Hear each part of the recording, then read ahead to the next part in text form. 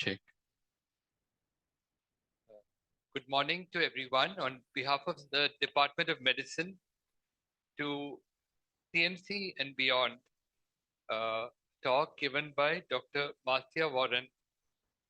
Dr. Marcia is here with Gautam, her oldest son, eldest son, who's working in Chittoor, and Uday, who's come with her.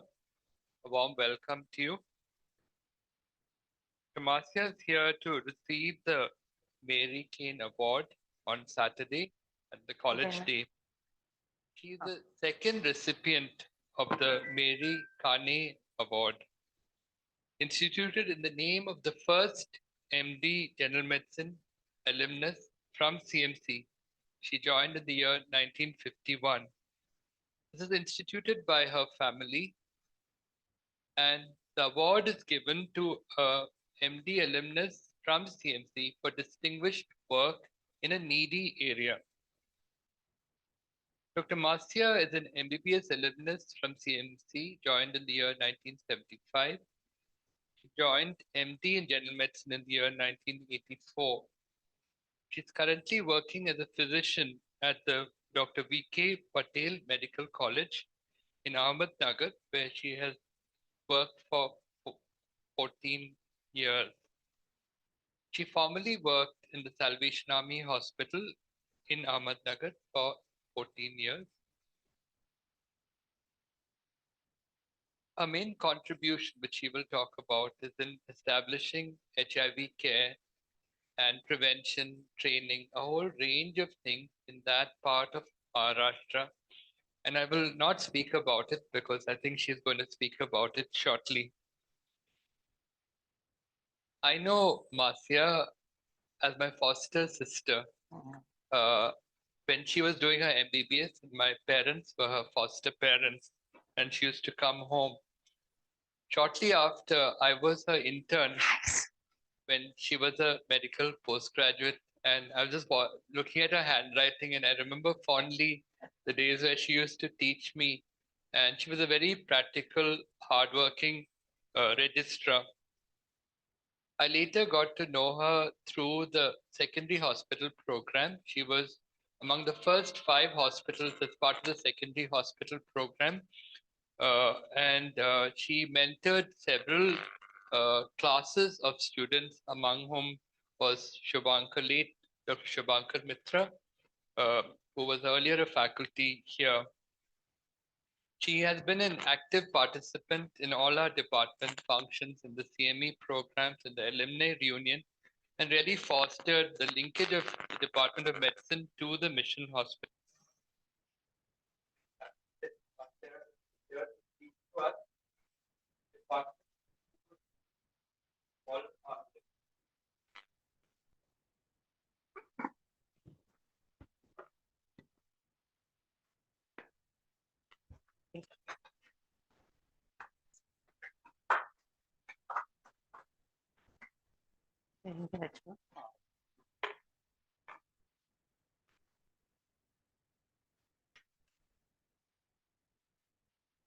Good morning, and thank you very much, Anand and Surekha and the Department of Medicine for inviting me here today, and to the Alumni Association Executive Committee for awarding me the Mary Prabhakar Kane Award.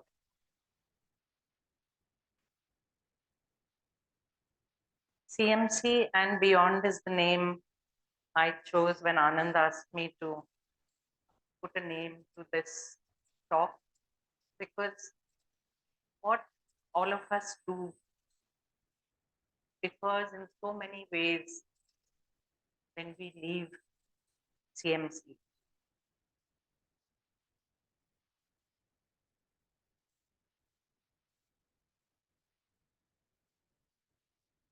So this was my photograph from the first year in Sunken Garden. I'm batch of 1975, and as you can see, Mrs. Lou Carmen in the background, and the person cut out of the photograph is actually Peter Desmond. He was my guest for Women's Hostel Day. And this is a photograph from women's hostel, not first year, because we see in the front Anu Bose and Vairi Matthew as batch of 70. So now I did my postgraduate bond at NM Wadia Hospital in Pune for 3 years, and subsequently I was looking for a job, and my husband was very keen that I work at the Booth Hospital in Ahmednagar, because that's where we were going to be. So we came to the Booth Hospital and met the administrator, and the physician was leaving, so there was a vacancy. And they looked at me very dubiously and they said, he's a very good physician. He's going to be a hard one to follow. And plus that I was a woman. And he asked me whether I would be able to cope. And I said, we'll just see. And then there was no looking back. So Gautam, my eldest son, was 1.5 years old when I joined the Salvation Army Evangeline Booth Hospital, where I worked for 14 years, like Anand mentioned. And the first 5 years, I worked alone. I did all that is done for medicine. My average OPD was about 72 patients a day. And I had 2 interns under me. So I rearranged my OPD and put 2 beds, because normally there was just 1 bed. I put 2 beds because that was the load of patients. And I got them to see patients not, after me, but alongside me, so that they individually made a diagnosis. I told them, commit yourself, make a diagnosis. Doesn't matter if you're wrong, but make a diagnosis. And being a woman physician and being the first one, the nurse used to come and stand next to me. So I used to ask Rachel, why are you standing here? She said, no, because I've stood next to all the physicians. I said, they were all men. I don't need an escort to see a patient. And something that I thought was that when you see a patient, if he's a male, keep the curtain open, don't close the curtain. But for a female patient who I'm examining, I will close the screen.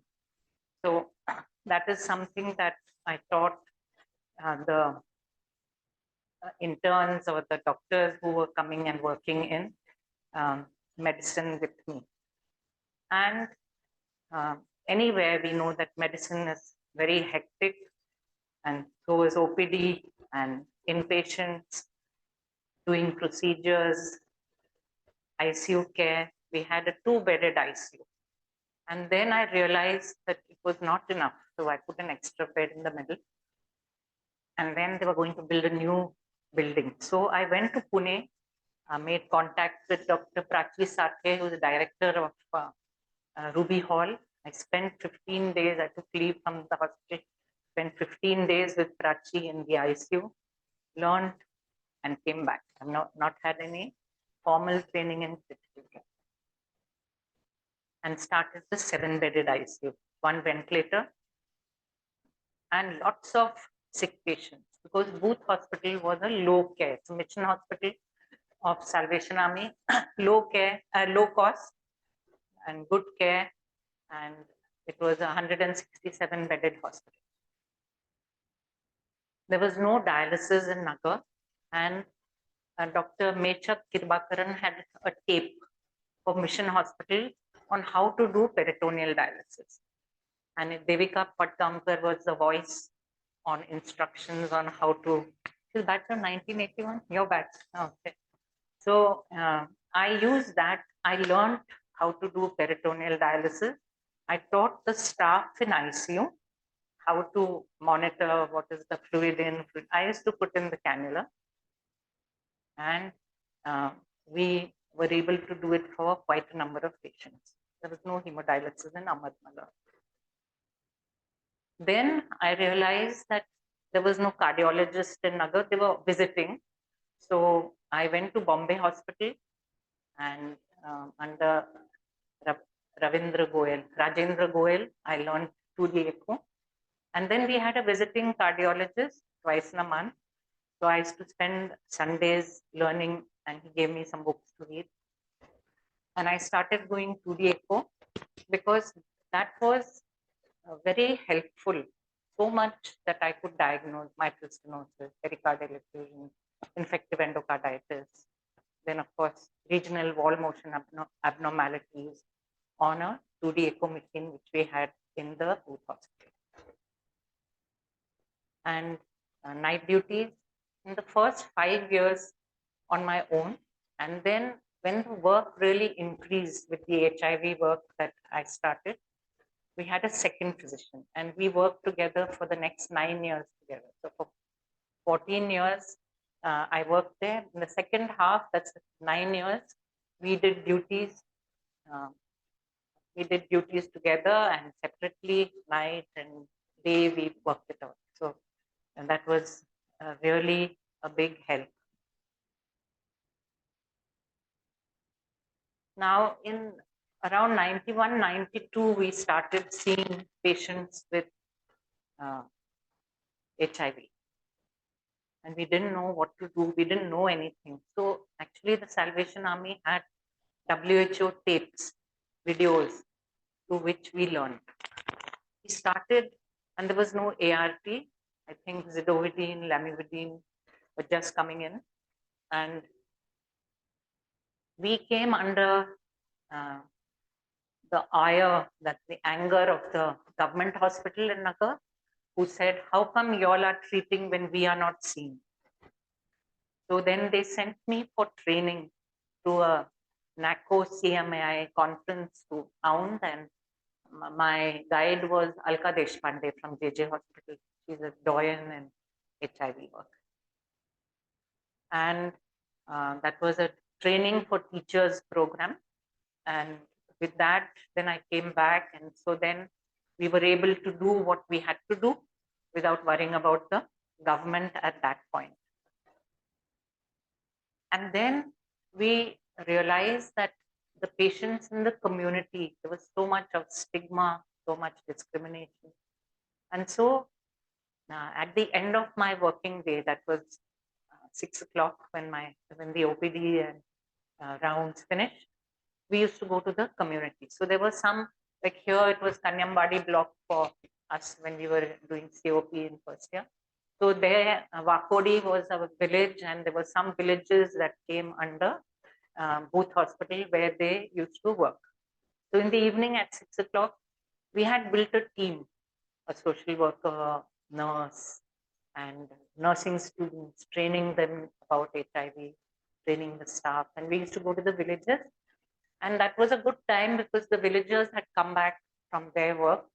And so we did a lot of community counseling, role plays, what's called Pathanatya in Marathi, where we use song and dance to be able to communicate with them about HIV.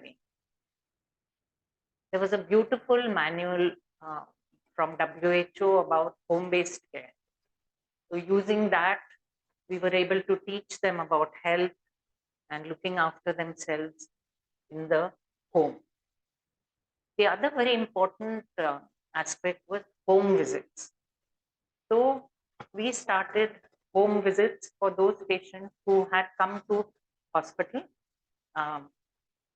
for various problems. So I'll just share a story. It's a village in Jeur, not very far from Ahmednagar, where a family lived. The father was a veterinary assistant who had died of HIV. His wife was positive, and she had 4 little children, 2 boys and 2 girls. So when we went for the home visit, she gave us tea, black tea in little broken cups, because there was no income. So what we did was, and the children were all negative and are still negative. Only she is a positive and on second line antiretroviral. So then we initiated her pension. So she started getting money and we managed to speak to the government authorities and got her husband's job in the office, but she was not a vet. And so she brought up these 4 children. And now one's married to a doctor, one's working as a social worker in Pune, and one of the boys, so 3 of them are married, only one isn't married. And so the eldest daughter, Jaya, she had come recently to meet me and said they're where they are because of us. And at some point, because they didn't have money for education, the second daughter, my husband actually got her to come and stay with us, give her a bicycle, and she used to go to college. And so that the stay and the travel was taken care of. Now, this was part of our work, and Gautam's middle brother, Dheeraj. So I was busy in the morning, 8 o'clock, first rounds, and 9 to 2 was OPD. Then in the afternoon, after lunch, I used to crash because I knew if I had any night duty, then I'd have to be up the whole night. So one day the phone rang from some patient. So he told them on the phone, "Maji mummy ghari nahi hai. Maji mummy bahar geli." Means my mother's not at home. She's gone out. And I said, "Hey, don't say that. I'm very much at home." Then he told me, he said, "You're never at home," because I used to do all this and in the evenings as well. And there are just some photographs of the training. This is talking to the nursing students, and that's our social worker. And training the Salvation Army officers, sensitizing them for the work that we had taken up. And we had some funding from NORAD. And we had a positive people support group. So this is a photograph, and he's still alive, the patient who the administrator is felicitating.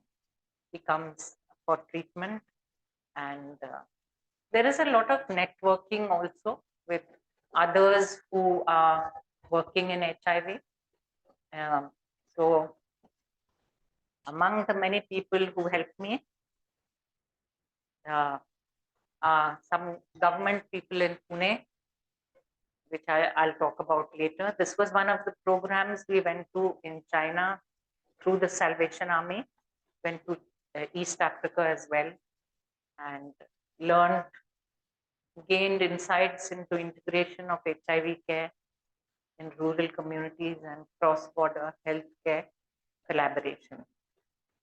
So it was a learning experience, especially Africa, where there's abject poverty or was, but how the Salvation Army also has coped and what we could learn and carry home to do in Ahmednagar.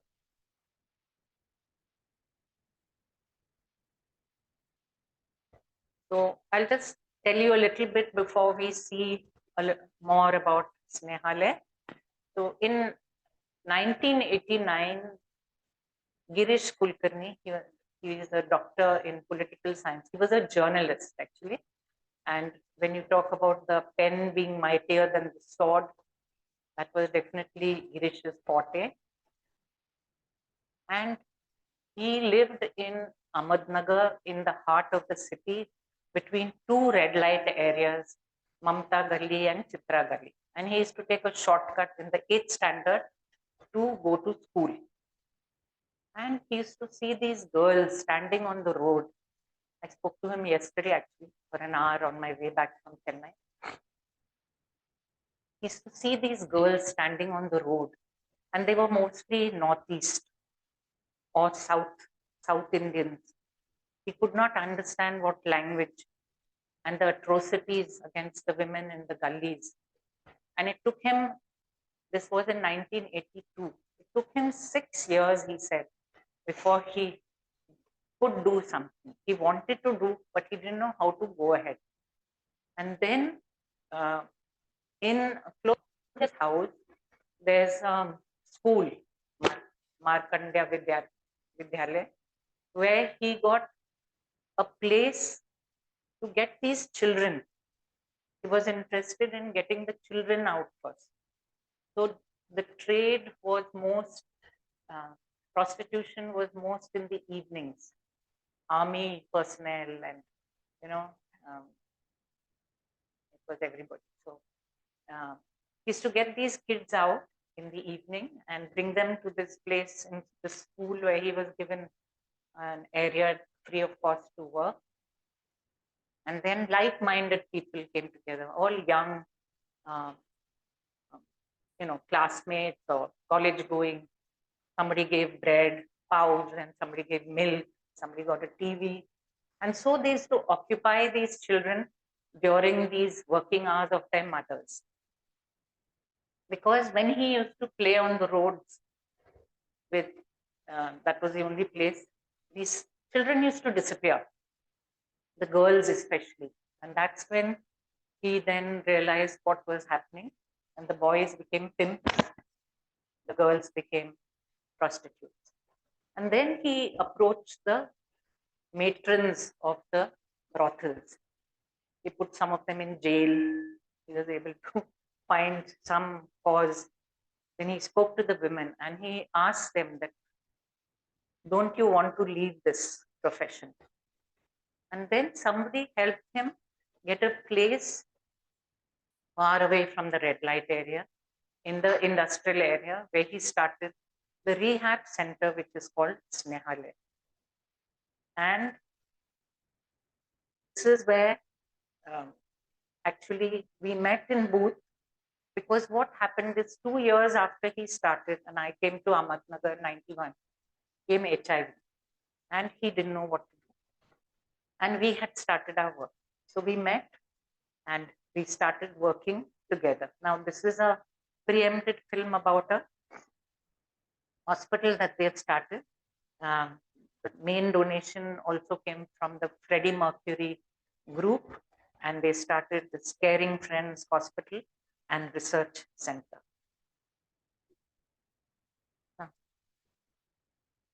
So I'll just show you a small video.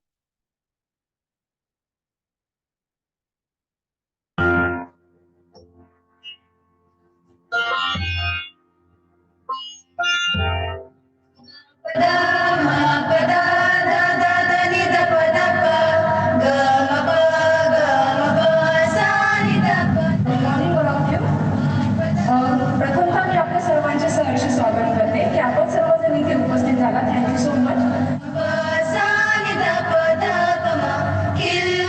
अपनी धरती है खिलुटा चमन आज के दिन का हम करे सुस्वागतम स्वागतम स्वागतम स्वागतम स्वागतम स्वागतम स्वागतम हम करे सुस्वागतम मिलेगी हमको राह देखो उनके साथ चलकर मिलेगी हमको मंजिल देखो उनके साथ चलकर स्वागत. My name is Dr. Marcia Waran. I have been associated with Snehalaya since 1991. We arranged a camp for the caretakers in Snehalaya, a health camp for them personally. Working with people who are not well has been their focus, but we have shifted that focus onto themselves. Very important that the caretakers stay well, and the aim of today's workshop, rather clinical evaluation of health camp, was this, that they need to also realize that they need to stay well, and this is just a way of doing it at the workplace. What I really hope the impact of this camp will be is an awareness of health, not to fob it off by saying that, we are well, but to know that there is a nitty-gritty that needs to be looked at for ourselves on a regular basis, maybe once in 6 months. We also look at it as a beginning of an of a relationship between the medical college at Vikhyapatil and Snehalaya. It's been a relationship that goes back many years, and we would like this to be a bonding where the upcoming hospital we can help with maybe staff and doctors to better and more effectively run the facility, and also to be available at the Vikhya Patil Medical College for free health uh, care for those that need it in Snehalaya, for the staff as well as the children. Snehalaya has also over the years helped the medical college to a large extent, and um, we hope that will continue. As you said, you've been involved with Snehalaya for 27 years. How has that changed since you first started to the present day? Oh, it was a tough journey then, but now has evolved into a very organized NGO doing very effective work and with new aspects and new facets of care which were not there 27 years ago. And discrimination is much less, for we know that there is a HIV positive section and an HIV negative, and now I see much more coming together, less stigmatization, more acceptance. They don't get segregated as they did much earlier. They eat together, they play together, live together. And Himmat Gram is a rehab part of Snehalaya. So I have always felt that, and I have shared this with Girish, that rehab back into society to a large extent should happen. Snehalaya is not a substitute for rehabilitation as such. We have to look to try and rehabilitate them in their families, but where it doesn't happen, where they're so marginalized, Snehalaya has opened the doors and they're so productive. They work, they live together, and Himmat Gram is a very good example of that, where the treatment and care and support is always there. For the future, what will be the best impact, the best your dream for Snehalaya in say 5 years from now, 10 years from now? That we win the Magsaysay Award. It needs to be recognized. It's not a program that may be duplicated. It's because there's a lot of care that's gone into the inception and the continuation of Snehalaya. But I think we need recognition by the country for the work done. And there are so many more aspects that Snehalaya can see for ourselves. I might look at only the medical part of it, but as a whole, the work being done, I think we're doing a tremendous job. Snehalaya has been a wonderful job. Keep it up, keep it going. Yeah. Dr. Waran, thank you for your input. Thank you for today.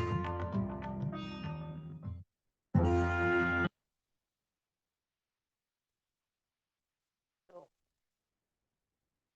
I started work there after I met Girish Kulkarni in 91, where we had to actually train the caregivers as well. We had to teach them about how to deal with death, how to deal with the dead body. We put them in a big plastic bag, take for cremation or whatever the family felt should be the last rites. How do we go about that? Then from both, actually, we were a team of doctors, dermatologists, very important, because a lot of these kids have skin infections, and we used to collect samples from medical representatives, and we had a gynecologist, pediatrician, the other physician, myself. We used to go as a team to Snehalaya and conduct clinics to examine the children to see what were the needs. And at that time, there was no ART rollout in Ahmednagar. So I talk about two kids, two girls, both still alive. One was from Nagpur. Her parents had died, and her uncle, Mama, donated all his sister's money and land and everything to Snehalaya, and with the condition that they look after her. So for her, we had money to buy antiretroviral drugs. And the other girl had a CD4 of 9. So I spoke to Ciplar and MCure and got free ART drugs for 2 children. But then what about the rest? So I went to Pune and I met Dr. Raman Gangakhedkar. He was at that time in NIV, not in Nari as such, but working. And I invited him for a program to Nagar, because I knew that if he comes, he will be sensitized just by coming to Snehalaya. And he was. And he gave us permission, and he was a government person. He's a pediatrician, basically. He gave permission for the Snehalaya children to get free antiretroviral treatment from Sassoon Hospital, Pune. So we used to load the children into vehicles and send them to Sassoon and get free ART from there. Till such time as our ART rollout started in Ahmednagar. And then the voice you heard was Nicholas Cox. He's from the UK. And through him, we got a lot of people interested. So Florence was another nurse from Scandinavia. So Florence used to come every year, get she used to get lice in her hair, working in Snehalaya. So every time she came, she shaved her head and came. And she did a lot for nutrition. And Florence, with being so she used to work 6 months, save money, and come to Snehalaya for 6 months. Work with the children with nutrition, with anthropometric measurements, and she used to get them to send her the data. So the number of deaths subsequently reduced. Growth was better, nutrition was better, and continuous hammering for the staff and the women was necessary. Now remember that it was also a working for children of commercial sex workers, but sex workers themselves, and working in the red light areas, rescuing girls. Sometimes they used to use some of the inmates or men from Snehalaya to go into the red light area as a customer and get these girls out. And it took we had a separate part in Snehalaya where these rescued girls were rehabilitated. It took a year for that psychological improvement and to get back on track and to get back to normalcy after what had happened to them. Now, we had a visit from NACO. Rekha Jain, she was that time in NACO, came and said, you're doing this work, you need a CD4 reader, which costs so many crores. We said, we don't want it. We are not into that. And so they gave us a community care center with KHPT, where all the members, the outreach workers, the nurse, everybody was from Snehalaya. So they made a little money as well as worked for the community care center.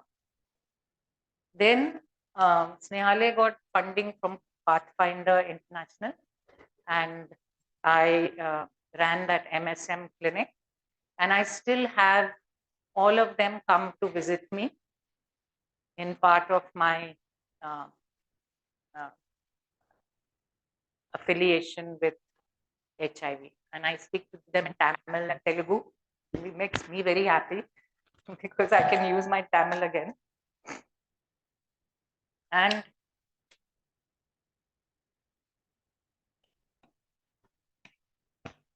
they feel marginalized.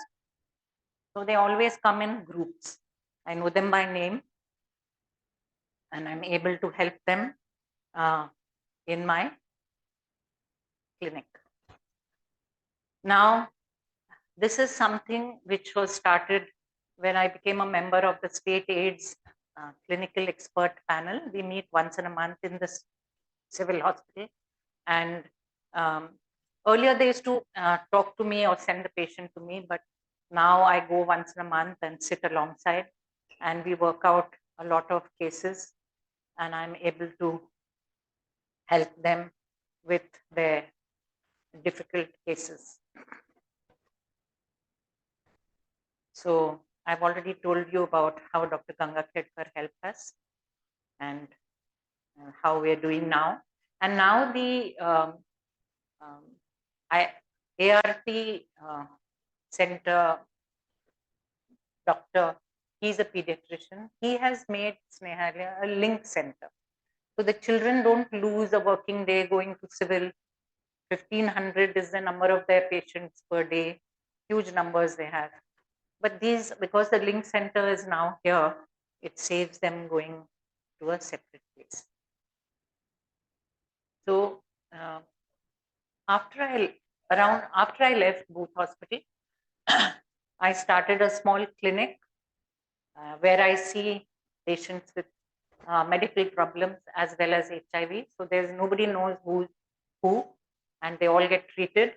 And it's also a place where I see a lot of Snehalaya kids. They have various facets. It's not just the rehab. They have Anam Prem, which is a section of their blind and um, children and who are deaf and dumb. So they all come to my clinic. And what is very good is I have a HIV positive nurse. And she worked with me in Snehalaya. She's a widow, young thing, very intelligent. And she's computerized my clinic. She got the training from HealthFlix in Bangalore. Online, he taught her everything. So she does all the documentation, all the printouts, and she counsels. And the other thing is, because she's positive, she's on ART, I'm not scared about her getting a needle stick because she is already positive and she is able to cater to all the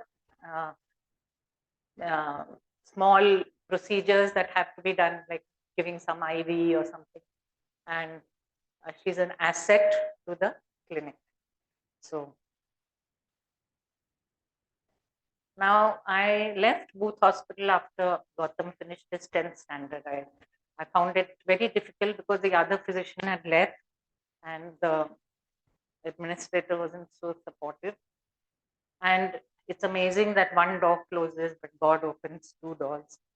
So I joined the Vikhe Patil Medical College after I left the Mission Hospital, and I worked in the department. I work as a professor now in the Department of Medicine, and that time also there was a lot, and there still is a lot of discrimination, especially from the surgical branches. Like the surgeon who was in Booth Hospital is also in Vikhe Patil.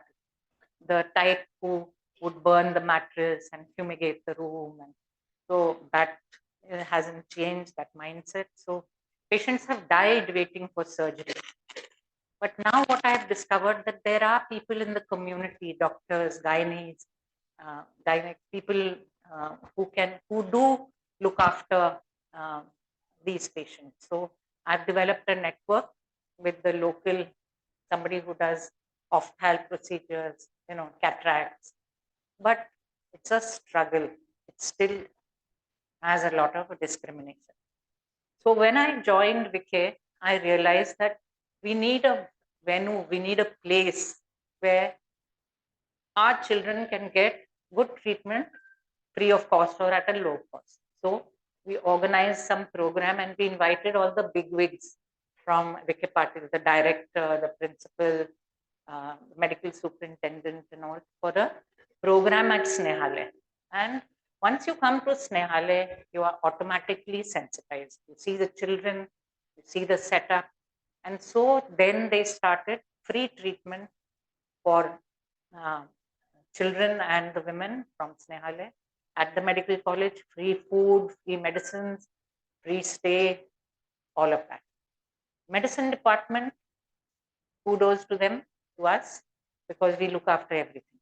We admit them, we treat their opportunistic infections, we do all the necessary procedures and look after them very as we should. So we have subsequently developed, so this is one family and at a medical college. Now we have academics, so I'll just show you some. So we had, over the years, we have done CMEs, and here Lieutenant General Velu Nair was the chief guest. I met him at a API conference in Hyderabad, and I invited him and he came. Because Ahmednagar is a big army base. So we did a CME on hematology. I tried to get Maman wasn't available. But Samir Melankari, he's also studied here. He's in Pune, very supportive. He came for the conference. We did another CME on neurology, and this is part of my department. Then on endocrinology. And this year, Dr. Ganga Kedkar, standing next to me, was the chief guest. So we have opened the Integrated Counseling and Testing Center in affiliation with MSACS. So the person from MSACS came and Alliance India, and we have started our ART and ICPC program. Now the gentleman in the middle is Girish Kulkarni, and that's me, and this is a senior anesthetist, where we inaugurated the public-private partnership ART center between the medical college in association with the HIV/AIDS Alliance Maharashtra in March this year.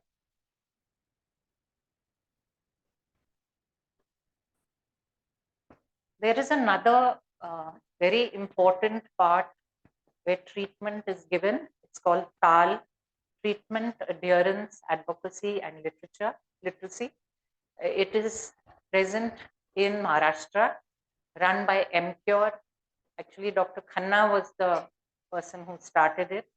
So they give first-class ART treatment. So there's no compromise on quality, and it's present in 4 places in Maharashtra: Ahmednagar, Pune, Bombay, and Nagpur. And there is a group of patients who don't want to go to the government hospital. Because they either staff or work in the government sector, or they know somebody, or because of discrimination. So they prefer to buy their antiretroviral treatment from TAL. Now this picture is mostly, I think, TAL Pune, where they called me and felicitated me. This was during COVID. And I actually had a link between, I've got a friend who's on antiretroviral. She became positive while in booth. So because there's so much denial, I get the ART for her, and instead of her going to TAL. So this is a group of women who actually run TAL, and it's part of the NADP Plus network of Ahmednagar district people living with HIV/AIDS. These are just some of the publications that we have done. More, but we didn't put too much.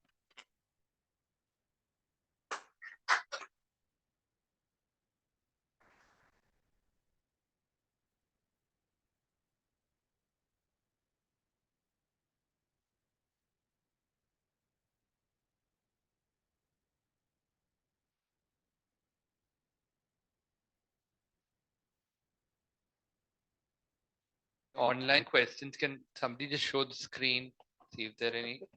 If people who are online can First also slide would key in change. either unmute and type your questions in.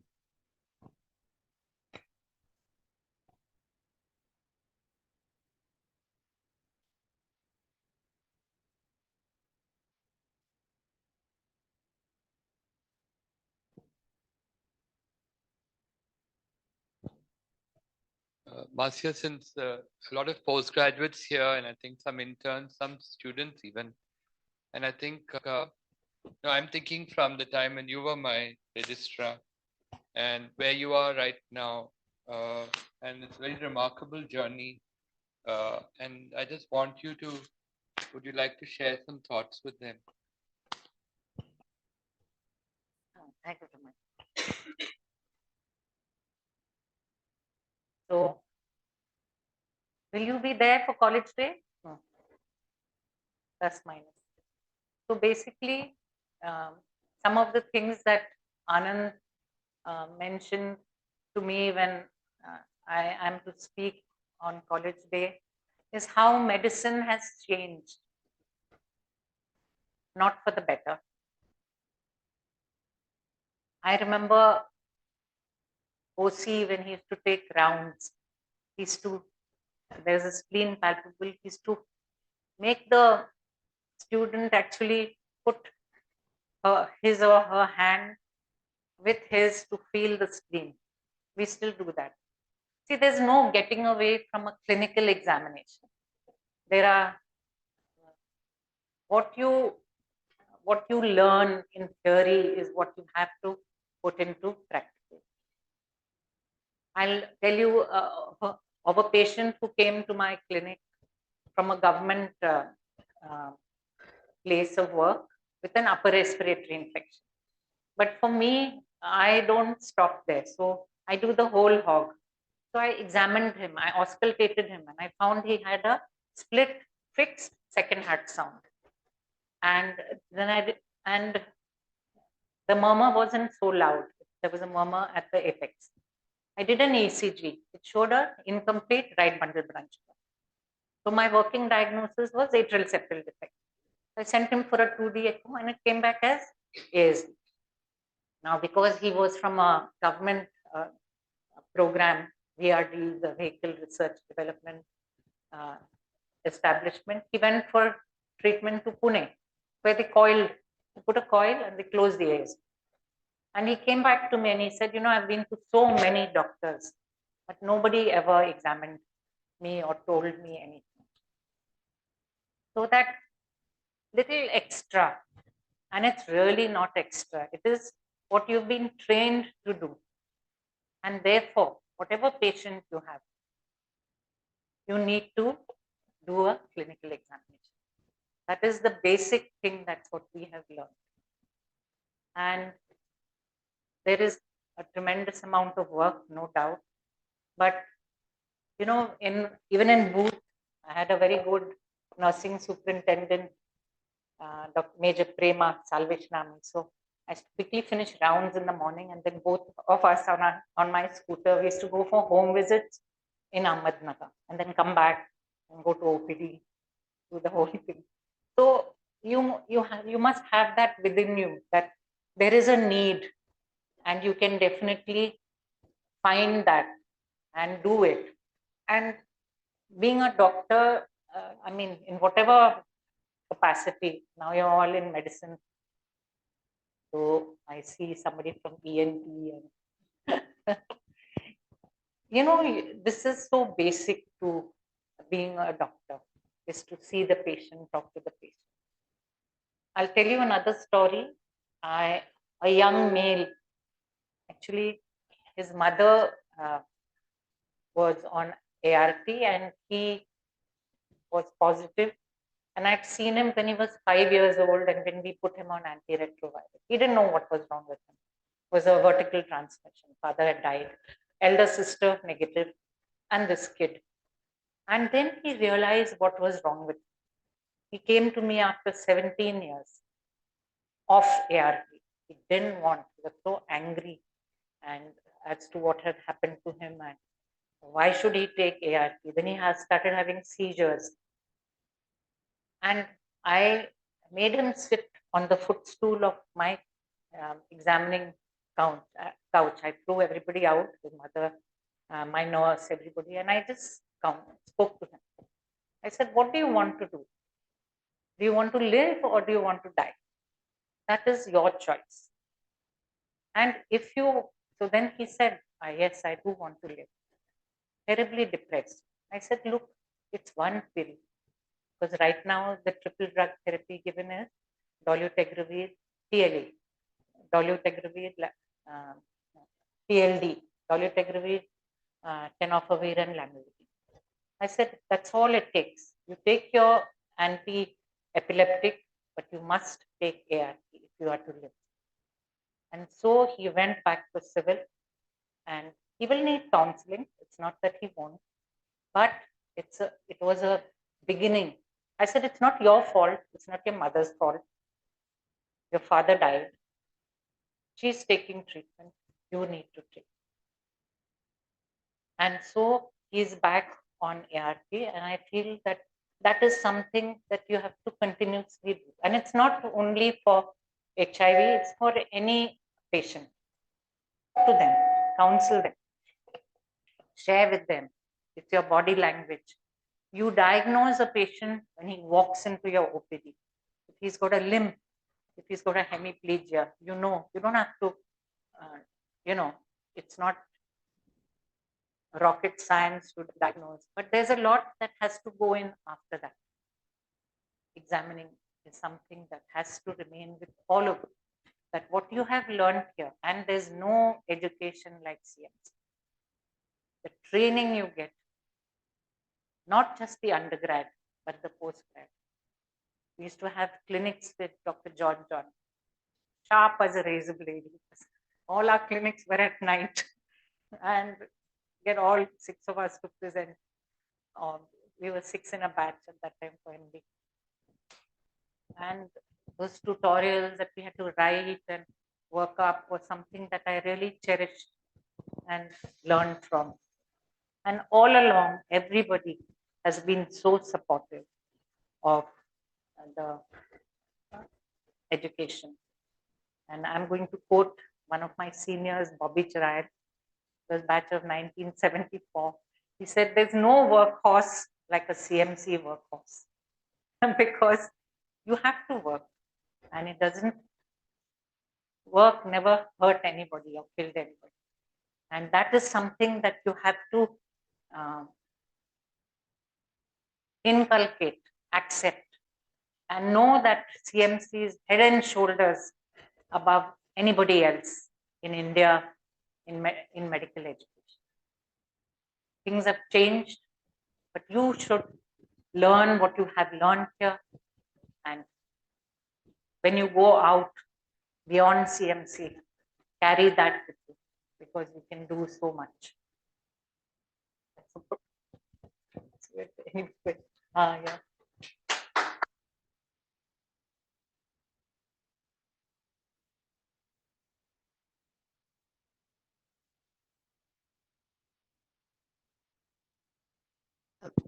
Ma'am, do you have any advice for doctors who maybe would like to work in an underserved region, but are also nervous about the kind of challenges and difficulties that definitely come with that kind of work? Do you have any advice for them? So when I left Pune, where I was working with another physician, I was very nervous to come to Ahmednagar and work alone. I had taken my Washington manual, I had taken my Harrison, everything.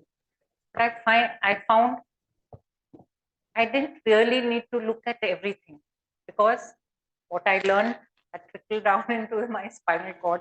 I was able to handle it. There were times when it was very difficult, and medicine, fortunately, I think there's less ego. So there was another physician. I used to always hammer on his door for a second opinion, and there's no harm. It doesn't make you less by asking somebody for an opinion. It's shared knowledge, and you don't ask 10 people, you ask at least 1 or 2 and go ahead. And I think CMC gives you that capacity, Amita, to cope, you know, and see your own batch, see Kritika, how she's worked in Chittoor and then in Hariyar, and she keeps going back to Hariyar. Now she's with MSF. So, you know, you all have it in you to be able to do so much, and you can. And it grows on you, you know. And as you go along, then, and I would say, you know, money is not important. Money comes.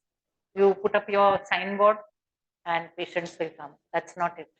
But what is important is this, what you, how you serve, literally the motto. Like Nalini was saying, you know, there's a patient in the US. So her brother-in-law is in Ahmednagar. He's my computer man. So I had gone to him and then he told me about this patient, his sister-in-law, she got SLE. And so I put him in touch with Nalini. So at the end of the communication, and she is on HCQS and she's fine. So he asked Nalini, what are your fees? She said, no fees. Because that's what it is. We don't measure this kind of thing, especially this hall is called telemedicine. We don't measure it by money. You give advice. Sometimes my kids ask me, how come your patients have your number? I said, no, it's okay. Because they do need to contact us sometimes. And if they can't contact us, then who will they? So that's so I think Amita, people, you all will be able to cope in a small place because you are given those skills here, which you may not be given anywhere else. And I'm fortunate that I've never had any market because you talk to the patient, you talk to the relative, you know when to let go, when to say, if they are very aggressive and they want to shift the patient, shift the patient. Don't say, hang on, and no, we'll treat. No, if they want to, let them go. Because you will understand from the body language and not land up with a bop on your head from the relatives, that aggression. So the communication and the ability to discuss, identify a leader in a mob and talk to him. And you'll find that a lot of the angst or the anger and all will go away. I hope I can answer some of that. And I think Gautam also in Vadala, where he did his mission hospital bond, very aggressive area, whole lot of them, mob coming, but able to handle and talk to them and treat so many road traffics. And he used to phone and ask such and such a patient, what should I do? And he did it all. And when he left Vadala, they put a feta, you know, they tied a turban, which is a sign of respect, long tail. And because he really worked there for 2 years and was able to serve the community, not very different from any of you, but that working and doing your bond is so important because there's so much that you learn, which you don't learn otherwise. And it's a big difference between here, and that is why the secondary hospital post program was so good, because CMC is high tech and you're going to a primary level hospital where it's primary and secondary care. And so the 3 batches that I had, I was so happy with, because I also learned so much. Like when George Verghese had come, we had a patient with tetanus, and he's the one who diagnosed it. We had missed the diagnosis. We had a patient with an arrhythmia, and to use that defib and to put it on a synchronized mode, not on a asynchronized, because he had, I think he had SVT with fast ventricular. So, you know, these are things that we learn, and they were able to do a lot of work which we on research and publish. Like Shubhankar actually had published had done his some topic which was then picked up by WHO and in Australia. So it's for those 3 years it was really good, and I learned so much, and I loved having them there. And you learn a different aspect, and it's CMC in the community actually. So it was very good, and I hope that program is still continuing at the secondary school.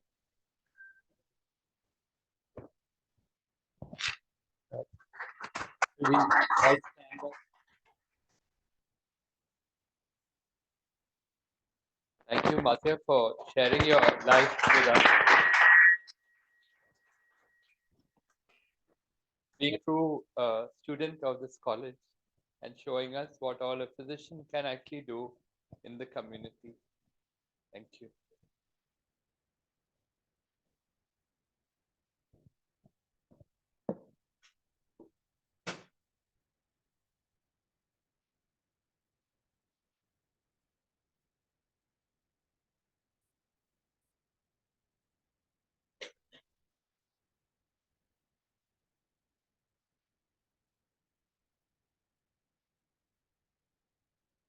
Thank you all for joining today.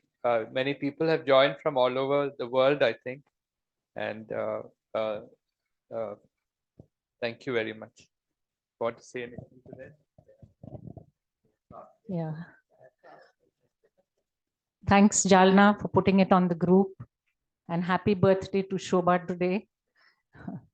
And Onindo, Rupa, Sarah. Sarah will meet tomorrow evening for prayers. And Johnny, and your work.